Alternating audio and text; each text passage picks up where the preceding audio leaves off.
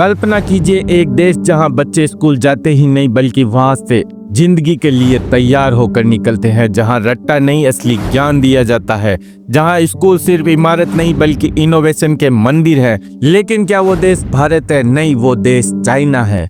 भारत और चीन दोनों एक साथ आजाद हुए, लेकिन एक ने शिक्षा को हथियार बनाया और दूसरा धर्म और जाति में उलझा रहा। चीन का साक्षरता दर 97%, भारत का साक्षरता दर 77%। चीन की यूनिवर्सिटीज ग्लोबल टॉप 20 में, भारत की यूनिवर्सिटीज टॉप 100, 200 में भी बमुश्किल से।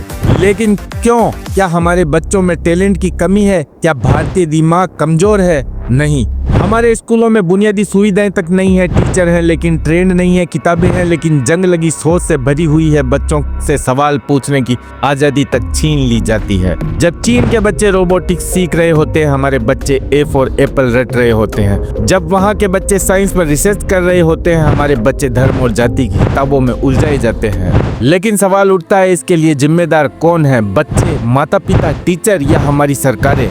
सच्चाई यह है कि हमारे नेता धर्म पर बहस कर सकते हैं, मंदिर मस्जिद बना सकते हैं, लेकिन स्कूल और यूनिवर्सिटी सुधारने की बात नहीं करते। शिक्षा सुधारने के लिए न कोई आंदोलन होता है, न कोई वाद विवाद। क्या आपने कभी किसी सरकार को कहते सुना है कि हम IITs, एम्स जैसे 500 और कॉलेज बनाएंगे? नहीं, लेकिन धर्म पर बहस हर रोज होती है। अब सोचने का समय आ गया है, क्या हमें अपने बच्चों का भविष्य संवारना है या उन्हें धर्म और नफरत की आग में झोंकना है? अगर चीन हमें हर सेक्टर में पछाड़ रहा है तो उसकी सबसे बड़ी वजह यह है उनका एजुकेशन सिस्टम। अगर हम चाहते हैं कि भारत सुपर पावर बने तो हमें पहले शिक्षा में सुपर पावर बनना होगा, और इसके लिए जरूरी है सरकारों से सवाल पूछे, शिक्षा बजट क्यों कम है, धर्म और जाति की राजनीति से ऊपर उठे और शिक्षा पर ध्यान दे। बच्चों को रटाने के बजाय सवाल पूछने की आजादी दे।